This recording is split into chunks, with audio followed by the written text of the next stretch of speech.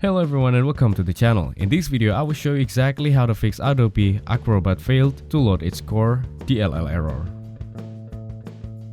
When you launch Adobe Acrobat or Acrobat Reader, the following error occurs: Acrobat failed to load core DLL.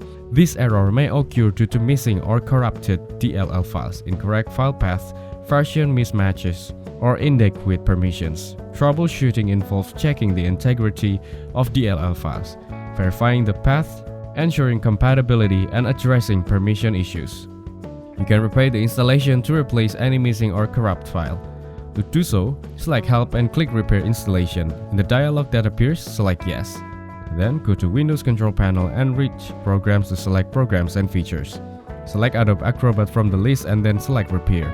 You can disable Protected Mode by launching Adobe Acrobat or Adobe Acrobat Reader and selecting Preference. From the left menu, select Security Enhanced.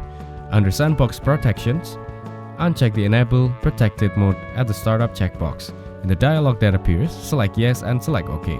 Ensure that Adobe Acrobat or Adobe Acrobat Reader is installed on the local system drive. Installing on the mapped drive is in supported configuration. Uninstall and reinstall Adobe Acrobat or Adobe Acrobat Reader. If you have a difficulty removing Adobe Acrobat or Adobe Acrobat Reader, use the Acro Cleaner tool from Adobe Labs. Thank you everyone for watching. Hope you got some value. Make sure to like the video and subscribe to our channel. Leave a comment down below and see you in the next one.